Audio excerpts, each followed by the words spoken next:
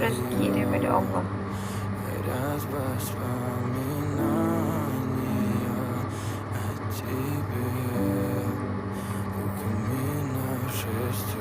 Suami kita suka cakap 3 rasa.